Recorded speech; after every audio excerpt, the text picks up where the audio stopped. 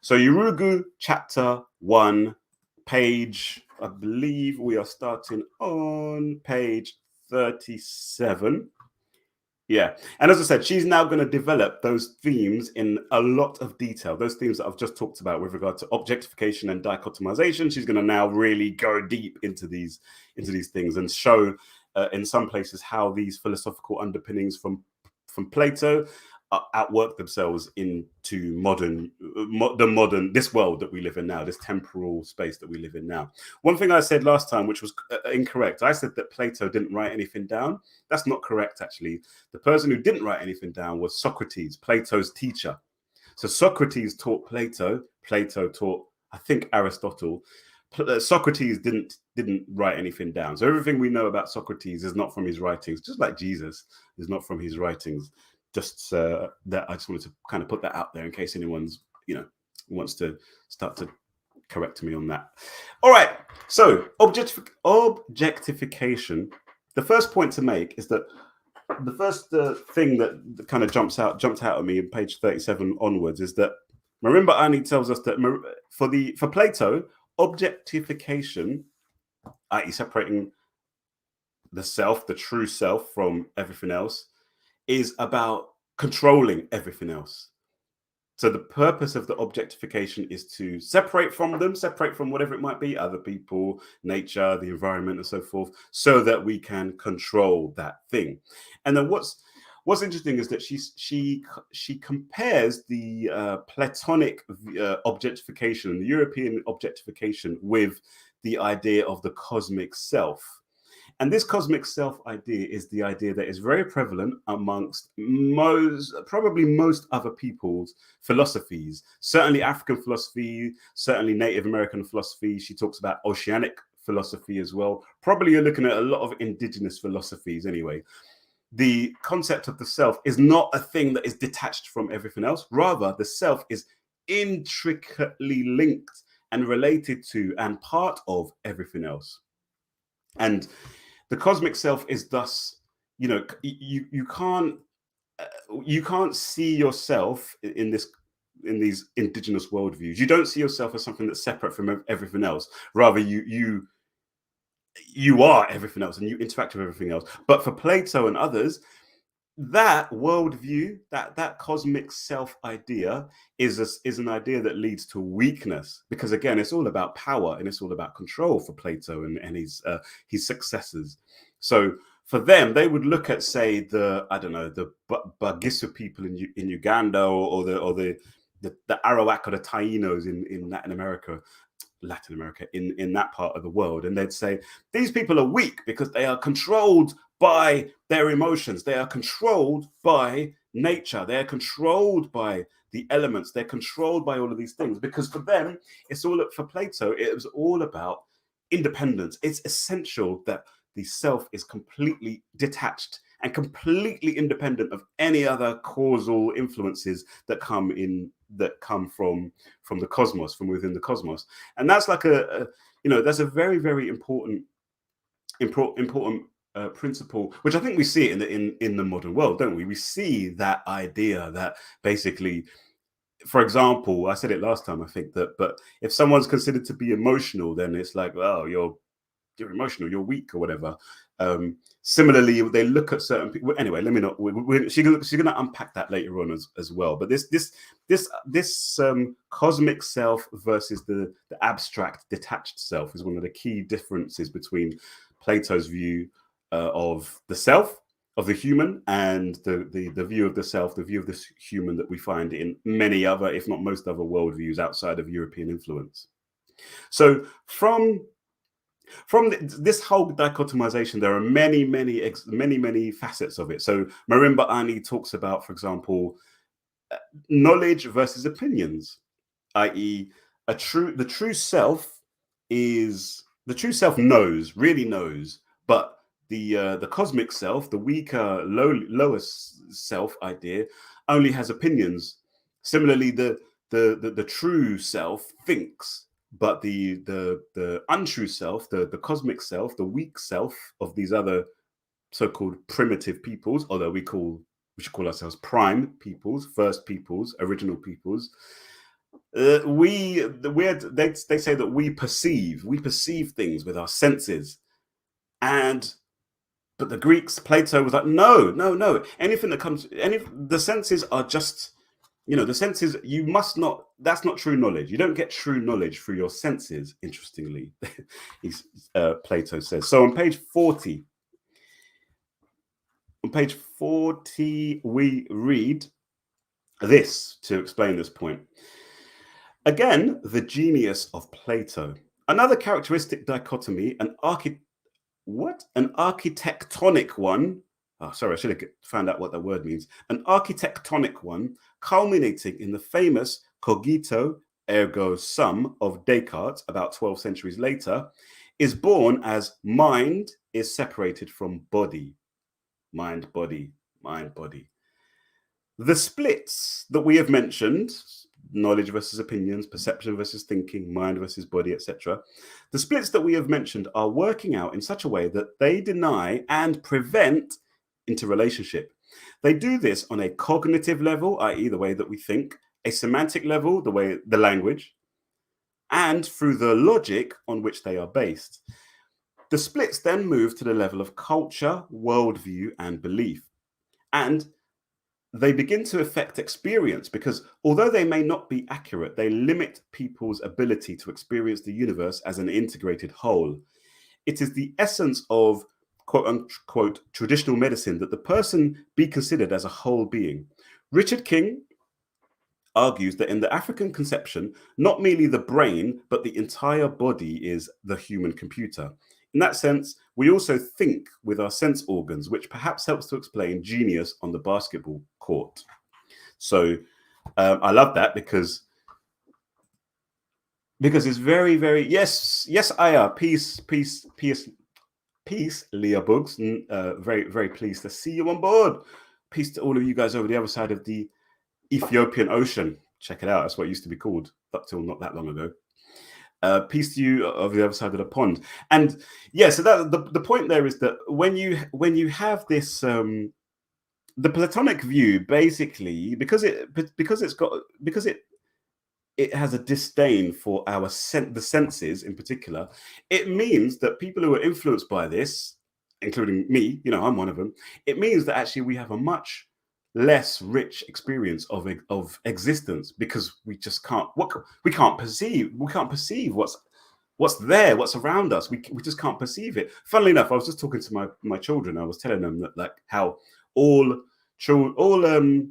creatures can communicate. My son, the oldest one, asked me, can something talk? One of them was asking, can something talk? And I was like, yeah, they can. Basically, they can communicate. All these things can communicate with each other and with other things, but we just can't hear it. We can't perceive it. And it's almost, I had this in mind because, you could look at, for example, communing with the ancestors as an example. Someone like me, I don't do that consciously anyway. I'm not aware that I'm doing that much because I've not been trained to. I've not trained myself to. It's not even been a thing that I even think is possible to do. And then Marimba Ani said that thing there at the bottom, which I think was really important. She said that the whole person is a human computer, by which I believe she means that it thinks. The whole of us thinks. So when you look at something like IQ, the idea of IQ is a instrumentalization of the Platonic and Western worldview, that basically the knowledge that's important to have to perceive or whatever, the important knowledge comes through abstract, is abstract knowledge only. That's the important knowledge. Every other knowledge is not important. Whereas actually, our senses are important. That is valuable. It is valuable to be able to move your body in a certain way. Dance is an expression of what you might call intelligence. Song is an expression of intelligence. Musicality, rhyme, rhythm, and all these kinds of those are all manifestations of intelligence if you have a cosmic perception of the self. But for Plato and the Europeans who follow him and the others who think like him, all of that is denigrated. All of that is just inferior, not really worth even, talking about. And what it makes me think about, this whole thing about the senses, we're going to go on to talk about, anyway, let's go on to talk about the senses. On page 43, Marimba Ani goes into more details on this and about how the senses. So there are a lot of quotes and a lot of discussions going into how these Plato and Aristotle talk about these things. I won't quote all of, go into all of those depths, but I'll just try and summarize what we find out. So on page 43, Marimba Ani discusses how for Plato, the world, the true world, the real world was a conceptual world, not a sensed world. So I'll read page 43. Yeah. Plato sought to construct a world made up totally of conceptual reality. In this world, there was little room for sense perceptions. They occupied a very inferior position. He wanted the citizen to become more and more acculturated to this conceptual reality. Doing so meant that the citizen's senses were trusted less and less until European culture ended up at one end of the spectrum of which Africa might be at the other. Europeans are not trained to use their senses nor to be perceptive insofar as that is taken by them to mean non-intellectual. Whereas Africans relate to the universe using sense perceptions as highly developed tools, media, if you will, that are a valued part of the human intellectual apparatus, whatever. And ain't that the truth? What that makes me think about, very modern manifestation of this, the metaverse. I'm into all of that, the metaverse and virtual reality, artificial intelligence, augmented reality, all these kinds of things. We are in a situation, or we're going to be in a situation soon, where it will be very possible for people to turn on the thingies, turn on the headsets or whatever it might be. It might be we go into these pods and, detach ourselves from the actual environment around us, i.e., shut off from the input that we might be getting and the interaction that we might be getting from nature, from the wind, the heat, sun, whatever it might be, and everything. The only thing that we experience is that which is artificially created and which is filtered through us through these computers, headsets, or whatever it might be. And that's like, that's like the full circle, going completely full circle from being in a world sense where our senses are how we perceive, and that's how we get knowledge and so forth. Cutting all that off and instead getting, shutting ourselves off from the physical so that we can experience this artificially created world. That's kind of like where we're going, and it's a. People might think, oh, this is fantastic. Yeah, it will be truly immersive. Well, it's only impressive. That sort of thing is only really impressive for people like me who have not been trained and who have not grown and learned how to perceive, how to connect, how to use our senses to actually perceive the universe around us and to engage with the universe around us. So Plato talked a lot about, or Plato and Socrates, they talked about this. They talked about how humans, one of their big distinctions is, let me read this. Page 43 again. Sensations, says Socrates, are given at birth.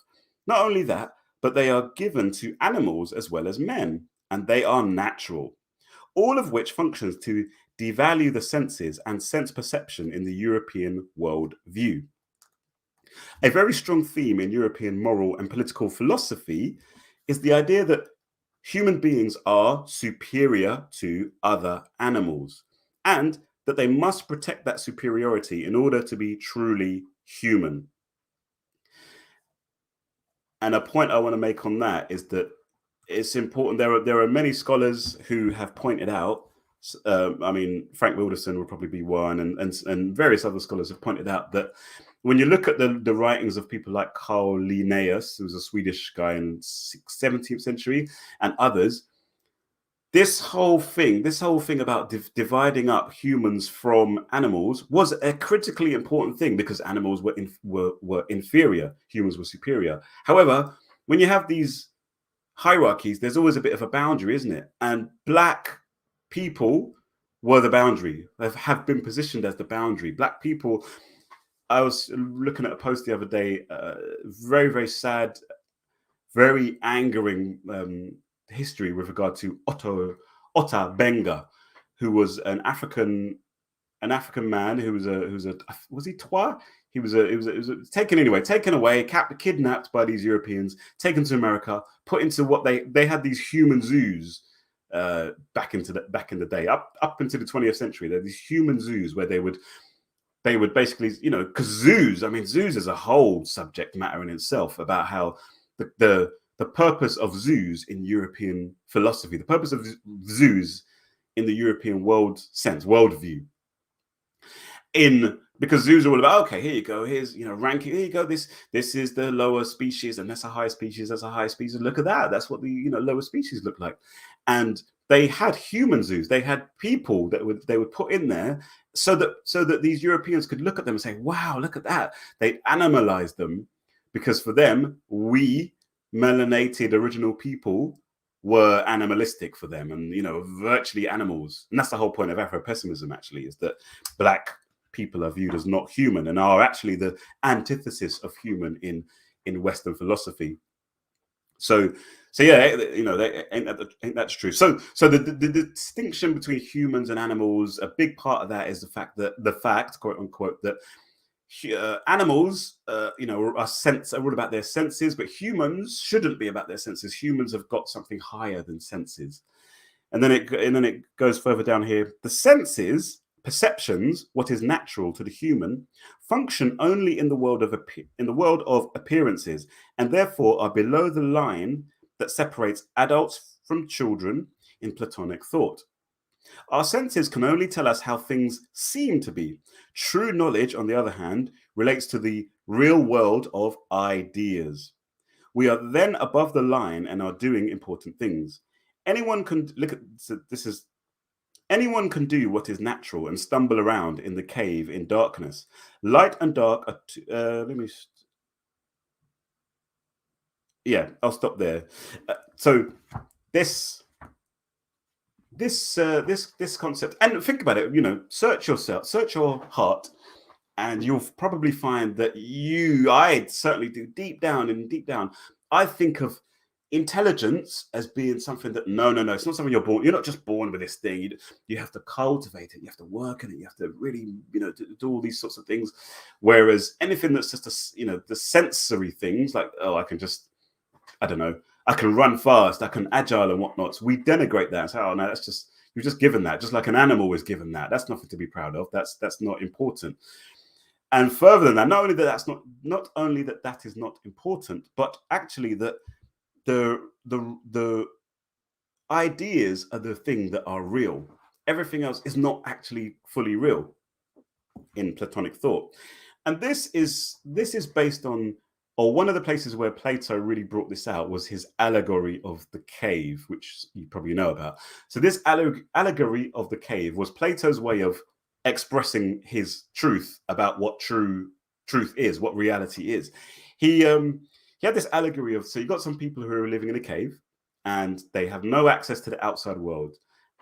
And all they can see is a wall in the cave. Now, unbeknownst to them, there are some other people in that cave who are shining a light or a torch or whatever, and then they've got some shapes that they are making some silhouettes on the wall. And those people who are looking at the silhouettes, they think that the silhouettes are real. They think that silhouettes are what the reality is. So like, oh, there's a shape there. Okay, that's just a thing. It's a thing. It's just a thing. They don't understand. They don't realize that, no, it's not a thing really. And I mean, it's a derivative thing. It's a thing only in as far as it's a manifestation of the actual real thing, which is the shape itself and so forth. And so for Plato, enlightenment and all that sort of stuff comes by getting out of the cave and experience, seeing the reality of things. And so the senses for Plato can only ever tell you about those things which are not really real. Things you could see, those things are not real.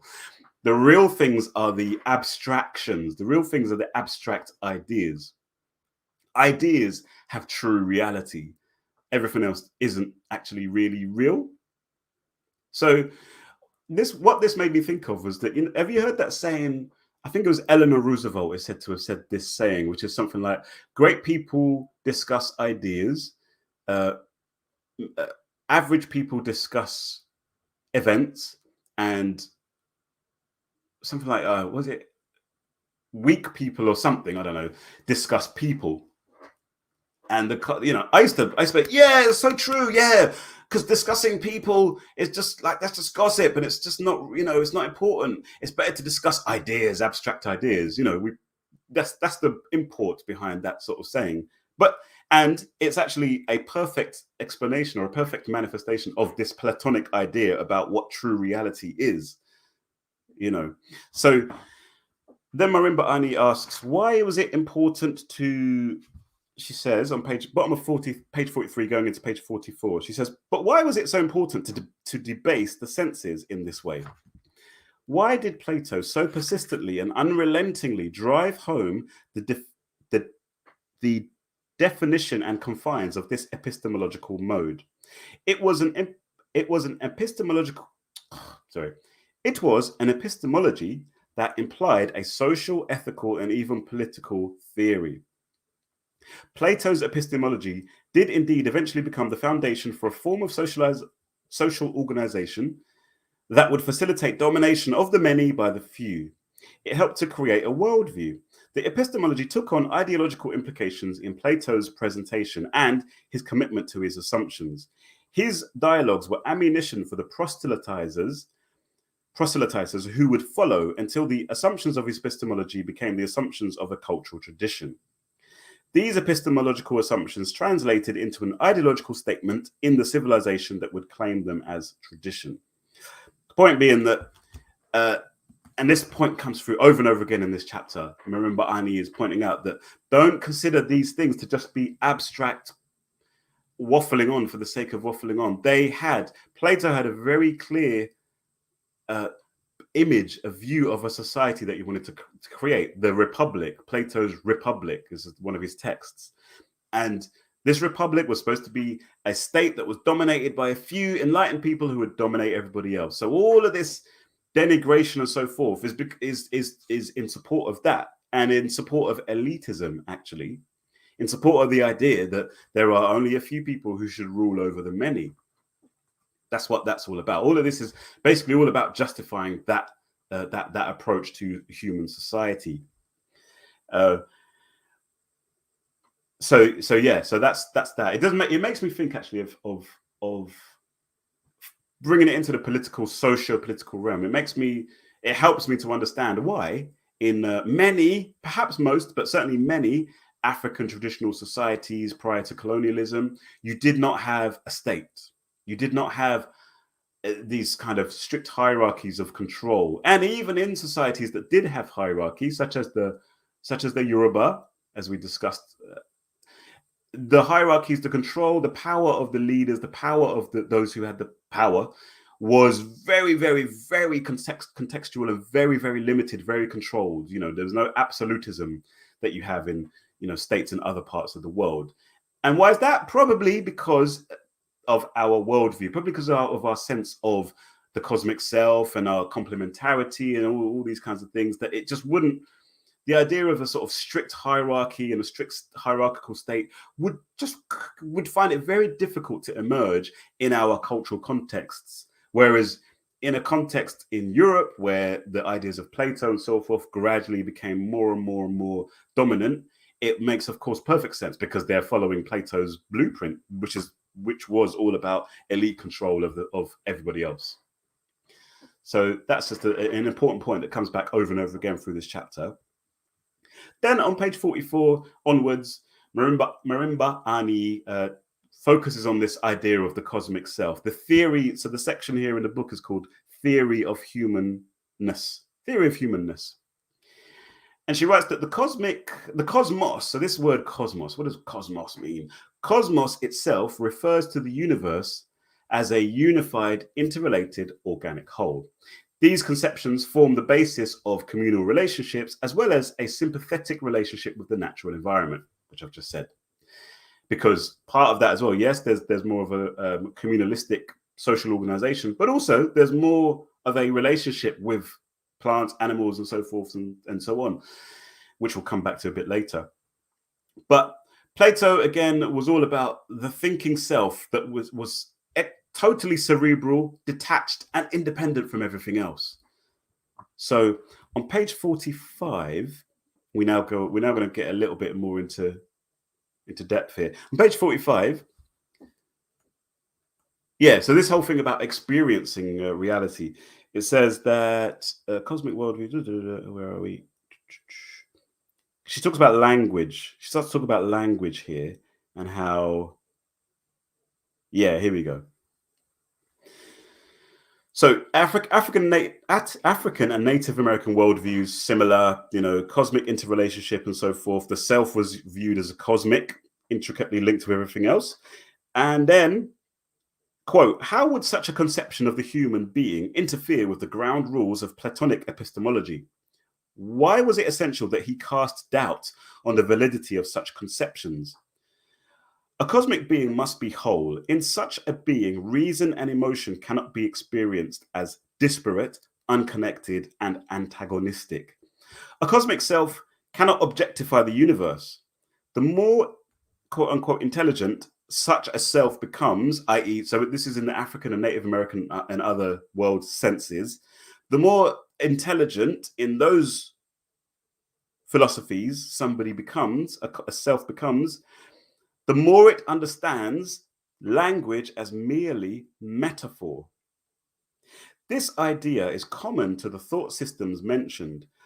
The highest, most profound truths cannot be verbalized, and one reaches for the dimension beyond the profane world where the meaning of the symbols becomes clear.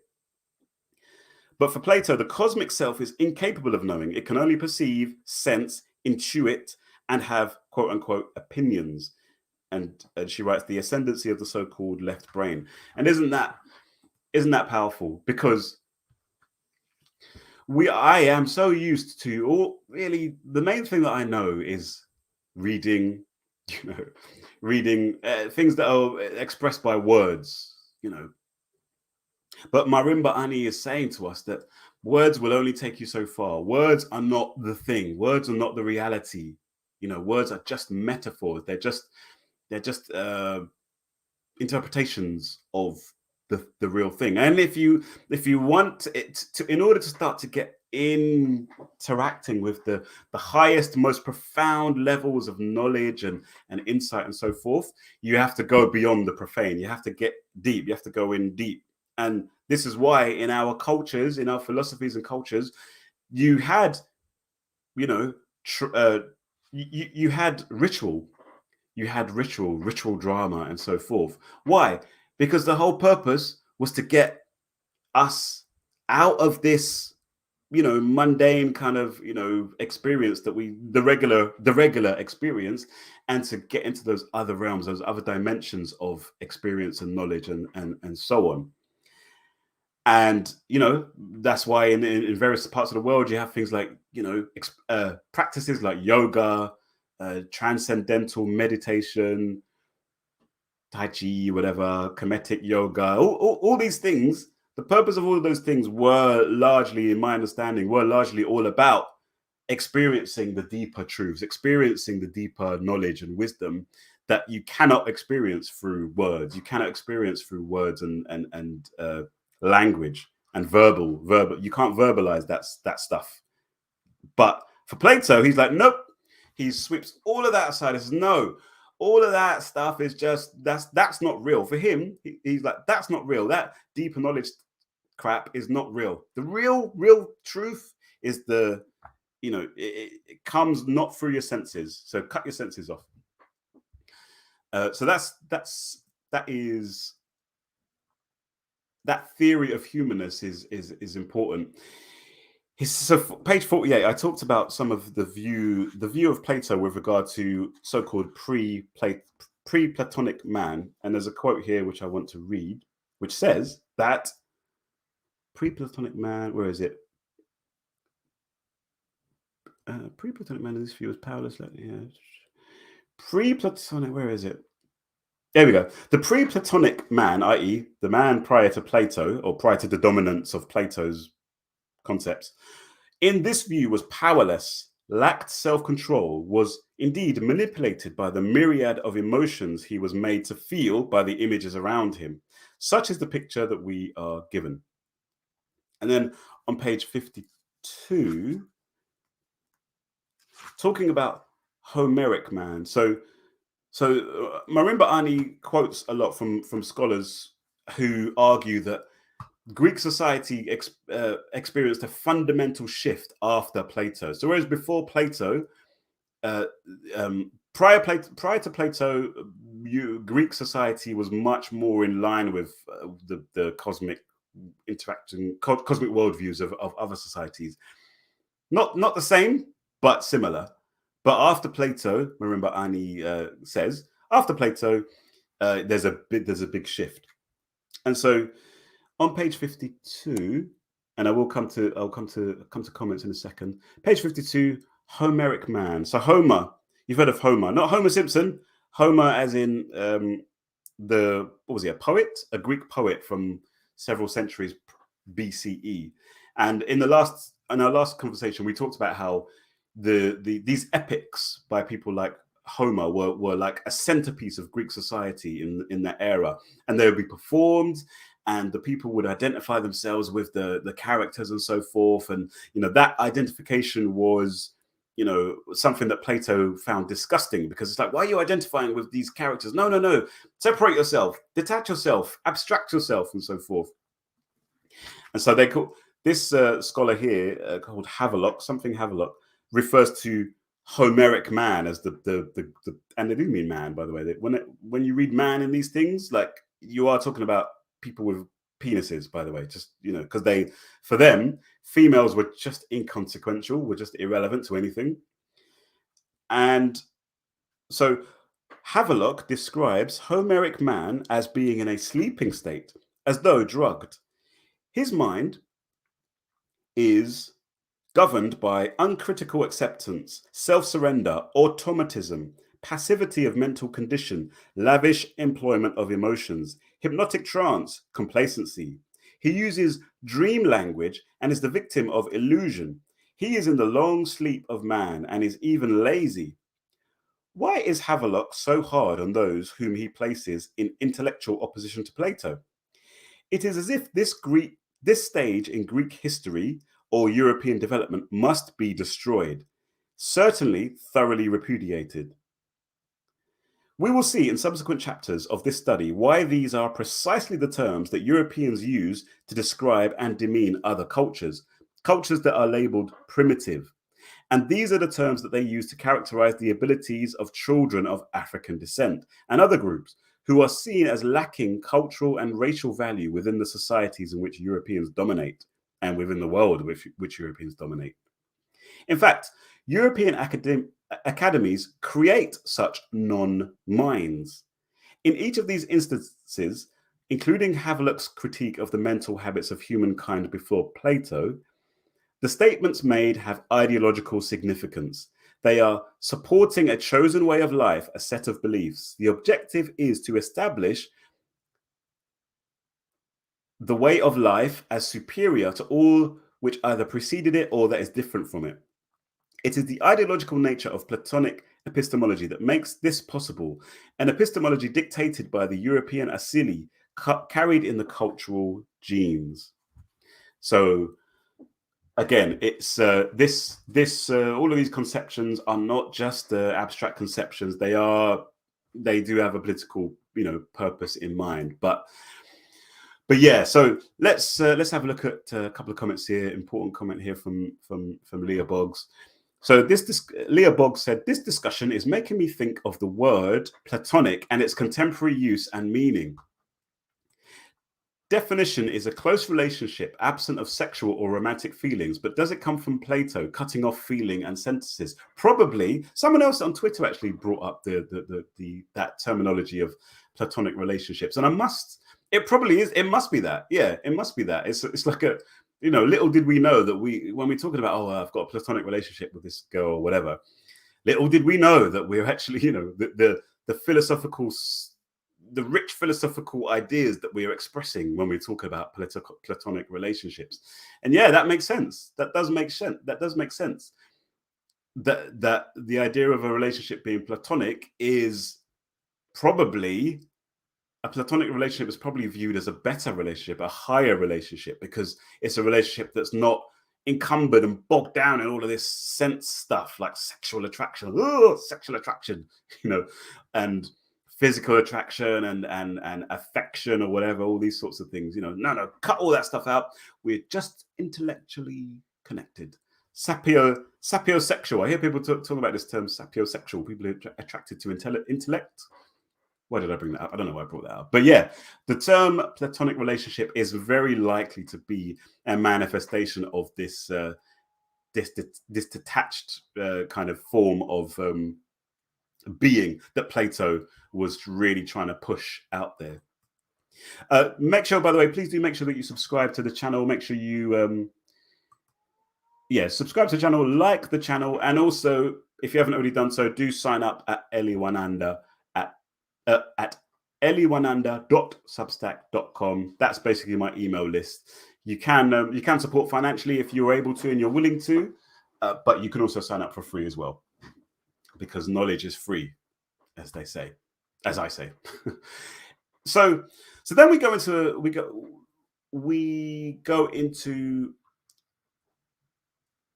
an important point. A really important point in all of this is that Plato's ideas flatten everything. They flatten ambiguity. That's one of the key things, that this abstract thing Plato has got an idea, an idea of an abstract perfection. All these things are abstract ideas, and the aim of Plato and others is to impose this abstraction onto the complication and the ambiguity and the messiness of actual being, of actual human being and cosmic being. So on page 50, she says that the Plato's, here we go, I'll read a little bit of this. In his theory of human and of the state, Plato succeeds in exorcising human and social reality of its problematic and ambiguous character. He does this by creating his own reality in which the mathematical abstraction reigns. Real truth, he says, is what we do not experience. It is unchanging being. Our experience is not real, but constantly changing, constantly becoming. What this allows him to do is, in fact, to create an unreal reality in which ambiguity, creative imagination, and uncertainty of human truth is superficially eliminated. Of course, there's no such thing as unreal reality. So in truth, the problematical still exists. Plato's Republic is a theoretical structure. His theory of the human is unrealistic. It leaves out some essentials of humanness, and so as a model to be imitated, has a tendency to create Marcuse's one-dimensional man. Herbert Marcuse was some German academic from the 20th century. Each of us is suited to one task or mode of participation in the state. The philosopher king and guardians will be able to determine our proper place and so our destiny. Very neat, very simple. The Republic is modeled after the good, an abstract, unambiguous, unchanging, monolithic reality. So in order for it to work, people within it would have to be convinced of the theory of the human on which it rests. So yeah, this idea, and this has real political significance as well, because when you look at human history, basically, say 20th century history, it's littered with examples of people who've come in with their grand plans of whichever persuasion. Adolf Hitler had grand plans, but so did Joseph Stalin, had grand plans, and so did many leaders of African countries who became independent in the 60s and so forth. They had these grand plans. I've got a plan. This is my image. This is my idea about what this society needs to look like. This is what a good society looks like, And then they try to impose that plan onto actual reality. And it never works. It will never work because the real reality is real reality. We are humans. We are complicated. We have, there's a lot of uncertainty, ambiguity, and so forth in the world. So an example is Julius Nyerere. Julius Nyerere of Tanzania. Very important, very, very, very, very important Pan-Africanist figure, very important figure in African history. But he had this idea of villagization, whereby, him and his party or whatever had an idea that basically what you want to do, you want to, they looked at, and a lot of it was visual. It was like they looked at the way that people were organizing agriculture and so forth, and they're like, no, this is not rational. We need to change it. And so they forced they forced people into like certain set village structures that they felt, this party in their area and his party felt, would be the perfect way to organize societies. And basically it was pretty disastrous, because they were herding people, forcing people to move from their centuries long established ways of living and forcing them to move into these kind of technocratically created concepts of villages. And of course, you just end up with failure. Crops fail and all this sort of stuff, because you can't impose visions onto reality. It's just not going to work. And in a sense, in that example of the villagization, and there's many other examples around the world of that was an example of Plato's ideas, Plato's abstractions. This idea that abstractions could be imposed onto reality, those are manifestations of those. And this is one of the reasons why I consider myself to be an anarchist or an anti-state person, because I personally feel that that's what you're inevitably going to have. If you have a state structure, you're inevitably going to have people imposing their ideas onto everybody else. And that's just a recipe for disaster, in my opinion. It's better for it to be bottom up. It's better for it to be grassroots, bottom up conceptualizations, if you like. But anyway, yeah. So Plato was all about this flattening of the ambiguity, the messiness. There's an interesting example that Marimba Ani talks about. I can't find it here, but she basically talks about how in Greek society, the artist and the mathematician fared very differently as Plato's ideas started to spread. So the artists, poets, or whatever whatever they might be, what are they? They're idiosyncratic, aren't they? Art, creative expression, and so forth. Paul Morris, you know about this. You're a creative. This stuff doesn't come on a metronome. This stuff doesn't. You can't just churn this stuff out. You can't just I'm just going to quickly go and create a new play that's going to be a masterpiece. All right, give me a couple of weeks, I'll get it done. That's not how it works. That's not how it works. Probably because you could say that creativity is about us communing with the universe around us, with the cosmos around us. The ideas and so forth that we have about whatever it might be come from communing with, interacting with the cosmos around us. And so, in Plato's Republic, the poet, the artist, and so forth would be denigrated, would not be valued because they're ambiguous, they're uncertain, they're wishy-washy, they're not regular and so forth. Whereas the mathematician now would be valorized, because for Plato and his people, maths was like seen as one of the highest manifestations of reality, of truth, because these are unchanging, hard and fast principles of everything, and so the mathematician will be valorized, while the artist will be denigrated. So I like that point. And then on page 53, Marimba Ani, I won't quote it, but Marimba Ani says that the Republic, Plato's Republic, is perfect because it's absolute. And she asks the question, but what if human realities are not absolute? Suppose that there are ambiguities endemic to human existence. And then shall I read the rest of that quote? She says that, where are we? Oh, I can't find it. basically the point she makes is that, well, it's going to have to be imposed on them anyway.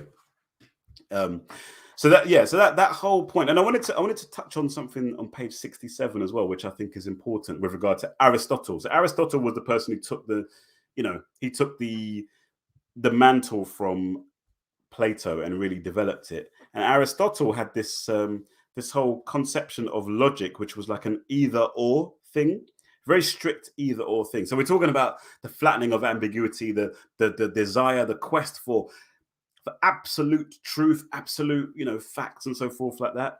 And then we have, where are we? Aristotle says, Dixon characterizes, where is it? Oh, sorry, page 68. Quoting from someone called Vernon Dixon, says, Dixon characterizes European, i.e. Aristotelian logic as either or logic, which is based on the laws of contradiction, the excluded middle, the laws of identity. He says that either or logic has become so ingrained in Western thought that it is felt to be natural and self-evident.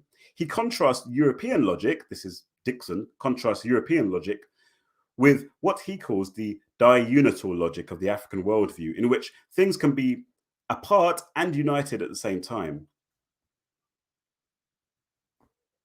At the same time. According to this logic, something is both in one category and not in that category at the same time. This circumstance is unthinkable given the European worldview.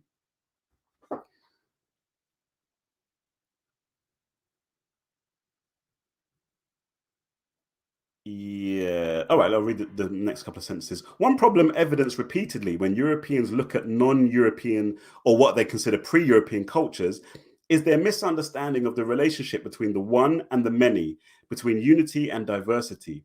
For people other than Europeans, these exist simultaneously and are not seen to be contradictory. The European most often views these conceptions as examples of the inability to think logically. Where's the end of this quote?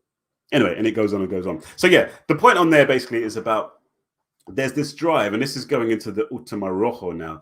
The energetic drive in the European worldview is about control. It was separating from everything, controlling everything, and also making sense of everything to a point that removes any kind of ambiguity and uncertainty and so forth. And the point that's building up for me is that the European worldview dominated by Plato is stripping away the richness of experience, is stripping away the richness of truth, stripping away the richness of knowledge, and abstracting it into something that is so dead and so lifeless, but which can be measured and controlled and mapped out and this, that, and the other, and so on and so forth.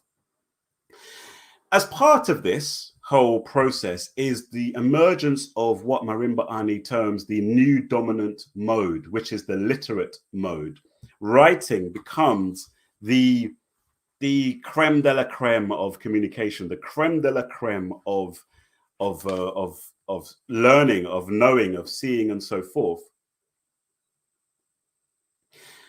And I'll read the first page 51. We read that the birth of the archaic European utamawazo, which is the thinking that is structured by culture, the culturally structured thought, was accompanied and supported by the introduction of the literate mode as the dominant and valued mode of expression in the culture. The written mode preserved communication in an ever increasingly precise form in what was to become Europe. Now, this is important because she's not saying that writing didn't develop anywhere else. In fact, writing didn't develop in Europe. Writing developed in in Africa and in the Fertile Crescent, Sumeria, and so forth, as far as I understand it. But she makes an important point that the type of writing between, say, the Kemites, the people of Kemet, and the Greeks later was very different. So, quote, writing had been used much, much earlier in other cultures, but as in the Kemetic Medunetta, it involved forms that symbolized much more than sounds or objects. The Medunetta contains transformational symbolism that embodies African conceptions of universal and cosmic truths. It is an indication of the nature of the European worldview, and of course, an example of the intensity of European cultural nationalism that European scholars so consistently characterize the Medunetta of Kemet as being merely concrete. This form of reductionism is an effort to oversimplify ancient African writing, the earliest form of writing. It is an effort to make the Medunetta appear conceptually limited and sometimes contradictory. In truth, the Medunetta was too complex for Plato's purposes. He needed a modality that robbed the symbols of their symbolic, their esoteric content. They had to be disengaged from the cosmos. Yes. So, and then on page 56, another thing I want to read says Medunetta of Kemet, i.e., so-called hieroglyphics of Kemet, ancient Egypt, in case you don't know, does not represent a primitive form of secular or profane script and is not therefore pre-European. Rather, it represents a quite different view of reality, a mindset that sought to understand the universe as cosmos, therefore careful not to attempt the separation of spirit and matter, which is one of the key ontological assumptions of Plato's thought, is that matter and spirit were completely separate, whereas in African thought and other thoughts, matter and spirit are the same, basically. Matter is just spirit in a different vibrational form. A mindset that sought to understand the universe as cosmos, therefore careful. So that when we speak of the literate mode as championed by Plato, we mean to stress a unique definition and use of that one mode, one devoid of the symbolic. This writing lacked something. It was only able to deal with one-dimensional realities. But what Marimba Ani goes on to say, having explained that writing in the Platonic and European sense was stripped of the spiritual, stripped of the esoteric, stripped of the symbolic to an extent, and made to be narrow and rigid and anemic. All of the thing that just keeps coming into my mind is all of this Platonic and European worldview is anemic, it's stripped, it's empty, it's dead, it's dull, and so forth. The upshot of that is that we end up with a European, language in the European context is dead, is stripped away, is lacking, and then what happens is writing came to be elevated over speech. It lost its magic, lost its sacredness, it lost its symbolism, and so forth. And then she makes on a couple of occasions, she points out that speech then started to mimic writing. And so the way that we speak English, the way that Europeans talk, the way that we actually express, I'm not European, but I basically am in a sense. But the way that the language is spoken reflects that stripped downness. And that I love that, because I find in the work setting, I work in a officey type environment, service sector, if you want to call it, bureaucracy and all this sort of thing. And I never fail to be impressed at how robotic people talk, how robotic, how linear and formulaic, what's the word, like rigid, and people talk like computers in order to make it in the world of the certainly in the world of, what do you want to call it, like the world of work, the business world, or the world of bureaucracy. In order to make it, you need to tailor your speech so that you're talking in ways that people will find impressive, and that means talking like robots. That means talking like, and there's so many times I sit there and I'll listen to someone talking and I'm like, all right, yeah, this is a lot of words. There's a lot of words here that are coming out of your mouth, and yes, I'm hearing your words, but all I hear is robotic. All I hear is emptiness. I don't hear any poetry. I don't hear any song. I don't hear a metaphor. I don't hear any of this stuff. All I hear is just you know. And this is why artificial intelligence is such a threat to the, you know, societies and social systems which are dominated by Platonic thought, because artificial intelligence can very, very easily just mimic that. I've made this point. I keep making this point, but I was talking to my manager the other day, and we were creating a strategy for our area, our business area, our work area, and we were like, yeah, we could actually just get ChatGPT to do this, you know, because when you're writing these bloody strategies, you're not really adding anything of. There's nothing coming from you, really. It's just all numbers, facts, figures. All right, this, that. If this, then that, and then blah blah blah blah blah, and create a new this, and you know. So ChatGPT will cause havoc for many parts of our economies and our societies. Primarily because many parts of our societies and economies and so forth are indeed perfect manifestations of this dead, linear, unspiritual, exoteric, you know, anti-cosmic way of thinking and seeing and being. And then I said linear there. This is the other big point, a huge big point in this chapter is this concept of linearity. Now, some of you may have watched the stream that we did a few weeks ago, a couple of months ago now, on John Mbiti's African religions and philosophy, and there was a video that I did, which went into his concepts, his treatment of the African concept of time.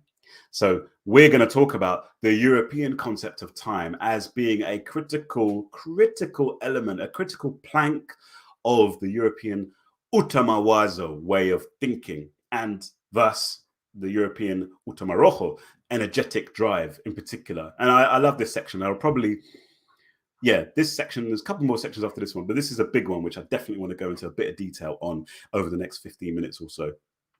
Please do make sure that you like the video, by the way, and do share it if you can. It only takes a couple of minutes. Just press share it to Twitter, and just say, hi, I'm here, join me, or share it on Facebook. Just say, hi, we're here, we're doing our thing. And let's talk about the European concept of time. The European concept of time is obviously a linear concept of time. So on page 58, we have the following quote: "The dominance of written codification is accompanied by other conceptual habits that support it and that it supports. Epistemology meets with ontology as concepts of space and time begin to adhere in theories of humanness, knowledge, and truth. Lineality in European thought has all of these implications. It is present in the nascent European conceptions of purpose and causality, in the secularization of time that puts emphasis on historicity in the culture, in the teleological, that is, teleology is a Greek-based term, which means a sense of a destination, a sense of a direction. Teleology. In the teleological thrust of European religious, absolutely, philosophical and ideological thought. These characteristics are all related, but their visibility as dominant themes emerge at different times in the development of the culture. They are introduced here briefly so that we can pick them up later as recognizable themes contributing to the overall configuration of European thought, i.e. Utamawazo and behavior." Now, progress. Now, this is, I think as Pan-Africanists, particularly Pan-Africanists who, like me, have come out of the kind of socialist branch of Pan-Africanism, Nkrumahism, Touréism, even Walter Rodney is in that, Amilcar Cabral, and so on and so forth. A big part of their world sense, the big part of their ideas, these guys' ideas, is about this concept of time, progressing. If you listen to any speeches by Kwame Ture, for example, or read any books by even Thomas Sankara, and I'm not trying to denigrate any of these people, these great African ancestors of ours, most of them. The concept of progress is absolutely pivotal, isn't it? In socialism, there's a lot of talk of progress about, because they have the concept of the stages of history, and everyone moves along these stages of history, inexorably going along all the way along. They argue from feudalism, hunter-gatherer, to communalism, to feudalism, to capitalism, to socialism, to communism, which is the end. And that's just the journey that everything is on. So Marimba Ani is going to talk about that, and she quotes here. She says, Dorothy Lee in Freedom and Culture tells us that European culture codifies reality in a lineal manner. She bases her conclusions on comparisons with specific non-European cultures that she finds have non-lineal codifications of reality. Her work helps to elucidate the assumption of lineality in the European Utamawazo. In European culture, reality is codified, i.e. understood, perceived, organized, in lineal sequential relationships. Events are viewed in terms of temporality. The line underlies the European aesthetic apprehension of the given. Its presence is taken for granted in life and in all academic work. Teachers, says Lee, are always drawing them on blackboards. She goes on to say that progress is the meaningful sequence where we see a developmental line. The Trobrianda, don't know what that is, sees a point, at most a swelling in value.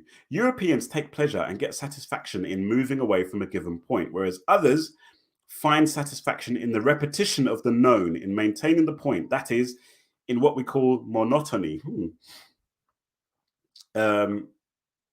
And then we're going to talk about John and Beatty here, actually, because so the Europeans are all about this lineality. Time is going along here, and everything's progressing from one to another, and it never goes back. Time doesn't go back. Notice in Europe, in the European conception, time can't go back.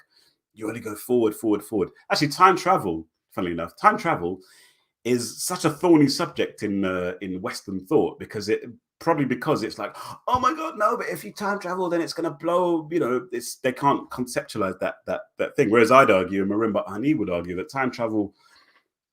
Anyway, let me not say that, because that's not. But anyway, so Marimba Ani says this. Where are we? Yeah, the idea of progress rests on the assumed reality of the line, the timeline. All things are reduced to sequential relationships on a line, one-dimensional and unidirectional, meaning only going this way. This timeline joins the points of past, present, and future, where the function of past and present is to give value to the future by virtue of invidious comparison, and then the future is used as a standard by which to evaluate the value of the present and the past. The future reigns supreme, and ain't that the truth? The future is like, it's almost like, oh, the future is much better than the present and past. I mean, the future is like, oh yeah, the future is better. It's just better. Any form of cultural behavior is justified in the pursuit of this never attainable future. And any culture whose Utamawazo does not allow for the abstract yet oppressive future of the progress ideology is thought to be doomed to failure. John S. Mbiti, writing from a Eurocentric perspective, has this to say about African religious thought. So long as their concept of time is two-dimensional, this is quoting from John and Beatty. So long as their concept of time is two-dimensional, with a sasa, present, and zamani, past, African peoples cannot entertain a glorious hope to which mankind may be destined. Here, African religions and philosophy must admit a defeat. They have supplied no solution. Do religions become universal only when they have been weaned from the cradle of looking toward the zamani, the past, and make breakthrough towards the future with all the mythological promises of redemption? It is in this area that world religions may hope to conquer African traditional religions and philosophy by adding this new element to the two-dimensional life and thinking of African peoples. Only a three-dimensional religion can hope to last in modern Africa, which is increasingly discovering and adjusting to a third dimension of time. And there we probably see one of the reasons, I know for me, when I was, proper into the Christian worldview, I was all about the future. I was all about, because let's face it, what's the main motivation? Turn and burn. If you don't convert, if you don't accept Jesus as your Lord and Savior, you're gonna burn in hell in future. And that burning in hell in future is never ending. It's going to be on this line, but the line's never going to end, and you're going to burn forever. So who wants that? No one wants that. So if you buy that as the truth, as a reality, any sensible person is going to want to not go and burn in hell forever and ever and ever in the future. And similarly, that's the stick. The carrot is, if you do what's necessary and keep doing it, or whatever branch of Christian theology you're following, then you'll go into heaven. Or, as I was much more on, I was all about the millennium. I wanted the millennium because the millennium was on earth, and that's what I wanted. I wasn't too interested in this abstract spirit heaven thing forever. I wanted to be on earth in this 1,000-year rule where everything will be gravy and so forth. But the motivation is all about the future. Take that away. If there was no heaven, no hell, I mean, how many Christians would still be Christians? How many Muslims would still be Muslims? Not many. I did once hear a Christian teacher say that even if there was no heaven and no hell, there'd still be a Christian. I was like, okay, I'd love to hear more about that, because I just don't see how. I don't see what the motive is. If Anyway, so then Marimba Ani, addresses John Mbiti by saying, sadly, while African himself, Mbiti strives hard to take on an alien Utamawazo. He strives so hard to take on an alien Utamawazo that he loses sense of African metaphysical conceptions. The African conception of time is not merely profane or ordinary, but also sacred. Indeed, it is the European lineal conception that is one-dimensional. This is one of Mbiti's most obvious errors. Past, present, and future are meaningful only as relationships in a lineal sequence, necessarily unidimensional. They do not represent 3 dimensions. And this is interesting. Hard for me to get my head around, but interesting. In the African conception, sacred cyclical time gives meaning to ordinary lineal time. So that's important. It's not to say that in African philosophy there's no concept of time that's just going along like this. Obviously there is, because we can see the fact that, do you know what I mean? Things grow, for example. A tree grows. Well, it's bigger than it was yesterday. Something's happening. What I'd probably argue is that in African philosophy, time is not so much measured as an abstract thing, but time is measured, if you want to call it measured, by phenomena. And again, this is the whole thing: is that time is not some abstract thing, but time is actually measured by, oh look, I'm getting some more grey hairs here. That's a clock. My grey hair is a clock. My children are getting taller. Their bodies are measuring time. Time is talked about in terms of actual concrete phenomenon. And John Mbiti talks about that very well, actually, in his book. But in the African conception, sacred and cyclical time give meaning to ordinary lineal time. The circle sphere adds dimension to the line as it envelops it. The sphere is multidimensional and it is curved. The ancestors live in the present and the future lives in us. Sacred time is eternal, and therefore it has the ability to join past, present, and future in one space of supreme valuation. Rituals that express sacred time, connecting it with ordinary experience and punctuating life, restate and affirm values, beliefs, and symbols, thereby placing daily existence in a meaningful sacred context. Beautiful. African societies do not need an abstract European concept of the future to give their members hope. The European idea of progress is not a universal statement of meaning. And that's, and I do love that. There's another point where she talks about that ritual. I won't quote it but I was going to say I won't quote it because time is running. But she talks about how ritual drama, in these ritual dramas that we have in our cultures, eternity is experienced in the ritual. Eternity is experienced there and then. You are transcending the mundane, the profane, the linear, and you are experiencing. For example, if we're talking about ancestors, who are dead, but they're not dead, they're here still. or if it's so and I love that, and I love the fact that she's kicking out very strongly against the idea that the European concept of lineal time is the concept of time. No, there are other concepts of time, and these other concepts of time are actually deeper, richer, better than the European linear concept of time. This so she argues quite a lot. Marimba Ani argues quite a lot that the European unilinear time is oppressive, and I do want to. It desacralizes everything. It's a profane time because it's not spiritual. Time is desacralized, whereas time is sacred in African thought. And I just want to read this quote because this is so true. If you're a middle class person, I mean, you probably are a middle class, you probably would be considered to be middle class, probably got a decent job. If you're here watching a live stream on a Saturday afternoon, you're not working in a factory somewhere, trying to pay your bills. Sorry, let me not say that. But what I'm saying is that I am middle class. I'm a middle class. I'll be considered a middle class person. And even despite this, when I was younger, I thought, oh, when you're middle class, the higher up the social ladder you go, the better life becomes and the happier you become. But far from it, actually. If in a sense, when you step into this middle class zone, you start to be thinking a lot about, funnily enough, you think a lot about the future, and you think a lot about, how am I going to pay my bills? How am I going to do this? What are my children going to do? I need to provide for them, and so on and so forth. And obviously, we're living in these societies which are shaped on these philosophical foundations that we're talking about, linear time and so forth and so on. And it's true. You do have to worry about what's going to happen in future, because these Western societies are set up in such a way that don't look after people. You have to fight and struggle to keep a roof over your head, even when you are working, let alone if you stop working.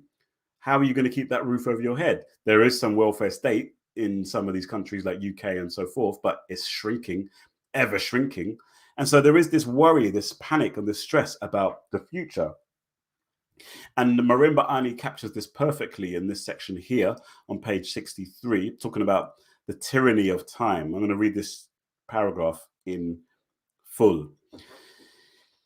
She writes, page 63, what is unknowable for the European causes anxiety. The European psyche needs the illusion of a rationally ordered universe in which everything can be known.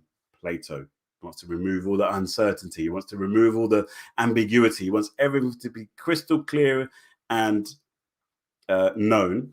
But, and this is what the European wants. The European Utamawazo, because they want to know everything. If things are unknown, if they don't know anything, then it's anxiety for them. So they want to know everything. But by the same token, the European mythoform creates an unknown and unknowable future, whose only relationship to the past and present is that it determines them and cannot be determined by them. This antagonistic situation, supposedly the future can't be known. You never get to the future. The future's never here. You never actually get to the future. You can't know the future. The future can't be known in this lineal conception of time. This antagonistic situation causes emotional confusion, anxiety, and fear for the European. Yet this oppressive future cannot be avoided because the clock moves her toward it at an uncontrollable pace, which seems to be moving faster and faster. All of this is an effect of the limitations of lineal secular time. It is neither phenomenal nor sacred, nor spiritual. Participants in the culture have only one recourse against the fear: science. The purchasing of insurance is another attempt to escape the fear, but it doesn't work. Science becomes a force conjured up to battle and... Where is it? Battle? Where is it? Sorry. Science becomes a... Where? Oh, yeah. Battle another powerful force, like a battle of the gods, i.e. science is going to fight time. Science predicts, it prepares Europeans for the future. It is through science that they seek to relieve their anxiety by gaining control over what controls them. It is therefore dictated by the asili. It only works up to a point, failing in the end to provide fulfillment, because after all, the European conception of science is above all secular and rests on alienating, literate, rationalistic, linear concepts. The monster that the European have created, this abstract and oppressive future, continues to threaten, to intimidate, to frighten.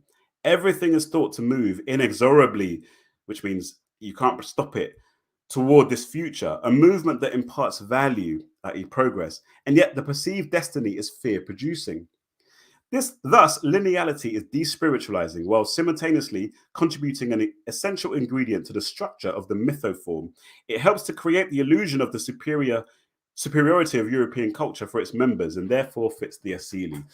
So yeah, that's just such an important point because it's everywhere. You know, I think a lot of people's anxieties that you have in Western societies and Western dominated societies is around this whole point of the future. If you look at news, you know, most news reports, people are talking about the future, the future. Oh, what about the future? Constantly worrying about the future, the future, the future. And that's not to say that thinking about the future, isn't a problem, but it's more about the overwhelming kind of oppressive nature of this unstoppable concept of time moving toward this unknown future. That's the problem. You know, it's almost like we're just here and that we're just on this, like those words that are going along there. We're just on this time train that we just can't stop. You know, we've got no influence over. It's just going forward and forward and forward and forward, and we can't stop it. And we have to worry about what's going to be, what events are going to be contained in that sort of future. And that's very different. Again, very, very different to the African concepts and other people's concepts of time. I want to end probably with this last point. I think I'll potentially end with this last point about eternity. What about eternity? Eternity in African thought versus eternity in European thought. So on page 75, we read this. Arthur A. Lovejoy uses the phrase metaphysical pathos in a way that seems to bring together, a sense of the eternal gives aesthetic pleasure to the European mind, says Lovejoy.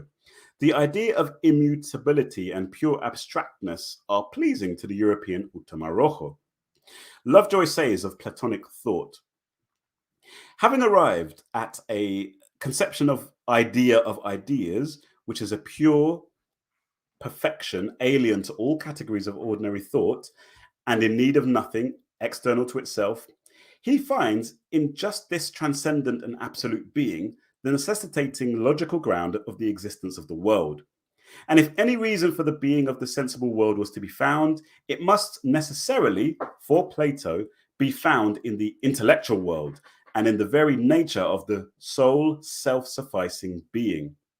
The not so good, not to say the bad, must be apprehended as derivative from the idea of the good, as involved in the essence of perfection. The self-same God who was the goal of all desire must also be the source of the creatures that desire it. The next bit's probably the main bit. The experiencing of the sacred and eternal, as opposed to profane and secular time, seems to be essential for human spiritual fulfillment, or at least satisfaction. But in majority cultures, this experience is achieved in other ways. The power of ritual drama as a cultural mechanism capable of restructuring ordinary categories of time and space is profound, startling, and impressive. A different kind of transcendence, indeed, from the artificial construct that serves as the basis for rational thought. This is not a transcendence in which we participate existentially. Ritual drama acts to transform the psyche, to redefine reality for a special moment. It becomes a phenomenal reality.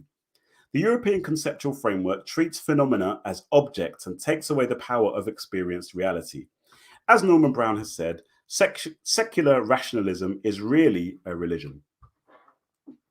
So yeah, some big points there, big concepts there on the whole point of the whole concept of time, linear time, and I think that's just such a foundational thing that deserves that is, and this is something that is now going to be used. We're going to see throughout the rest of the book, and you can just apply it to your studies of history and the world and so forth, that this concept of time, this concept of the future, this concept of progress and so forth is behind everything, isn't it, in European engagements with other people? Because for them, they position themselves as leading time, basically leading progress. They are progress. Whatever they're doing is progress, and they're leading it. Whereas anybody else who doesn't fit into their categories, any peoples who don't have the same worldview as Europeans and so forth, are seen as being backward, primitive. They're far behind. Europe's there, leading along, and then you've got the Africans here, or maybe the Chinese here, then like the Asians are here, then the Africans are here, far behind. Time, progress, and so forth is absolutely essential to the what do you want to call it, real politics, or the political philosophy of Europe. And it's that which drives them, this desire to move forward, constantly move forward, move forward to this future that never will come, is what has driven them to go and conquer, and then has helped them to justify the destruction of so many hundreds of millions of people in this desire for progress, in this forward march of history and so forth.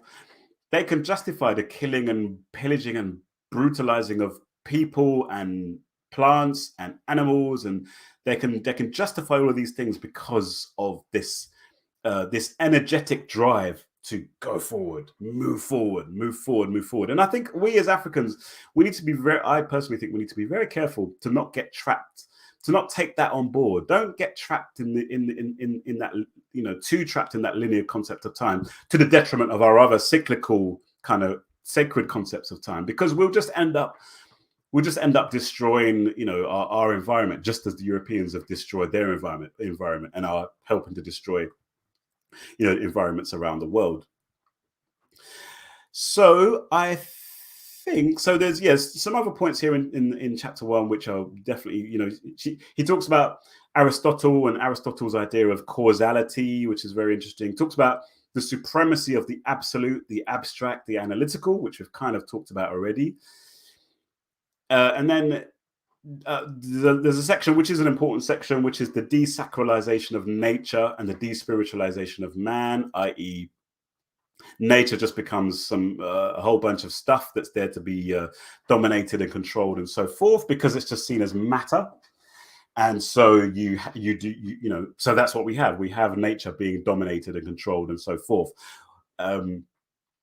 So yeah, I think I will probably stop there. I didn't finish the whole of chapter 1. There's a last section in chapter 1 which I'm going to try to make sure I get read for next week, which is called, where is it? It was on page 80. It does look like an important section, so I do want to talk about it. There's a section where where is it now? Alternative models. Yeah, alternative models, I think. Yeah, this is an important section that I think we do need to cover with regard to all of these things. But what we're seeing, my summary so far of the book so far, chapter 1 certainly lays the foundations, the necessary conceptual foundations of European thought, of the European asili, which is the ideological seed of the European worldview. Definitely laying the foundation for us to be able to understand how that then outworks itself in the rest of later on from Plato and others. But yeah, that will be the conclusion for our live stream at the moment. So I don't know if you guys have any comments or questions at all before we go, but what I will ask is if you can please, we have next Saturday as well, we'll be streaming again, going into chapter 2, hopefully going into chapter 2 of Yurugu. If you could please just go to the link there. So I've put a link there for the next stream there. If you could just go to that link, please, and like that video, please, and click notify me. That'll be good, because then YouTube will say, oh, okay, there's some people who like this video. Let's push this stream out to more people so that they can, see it as well. So, it's all about playing the YouTube algorithm game in that regards. But yeah, that's been the end of Yurugu, our discussion of Yurugu today. Thank you much appreciated, each and every single one of you, for joining us today. Leah Boggs, thank you. Thank you, my sister. Enough respect to each and every single one of you. And yeah, we'll see each other next week again, hopefully. All right. So on that note, peace and blessings. Have a lovely rest of the weekend, and see you next Saturday, 1st of April, at the same time, 3 p.m. UK time, 10 a.m. Eastern Standard Time. All right. Peace.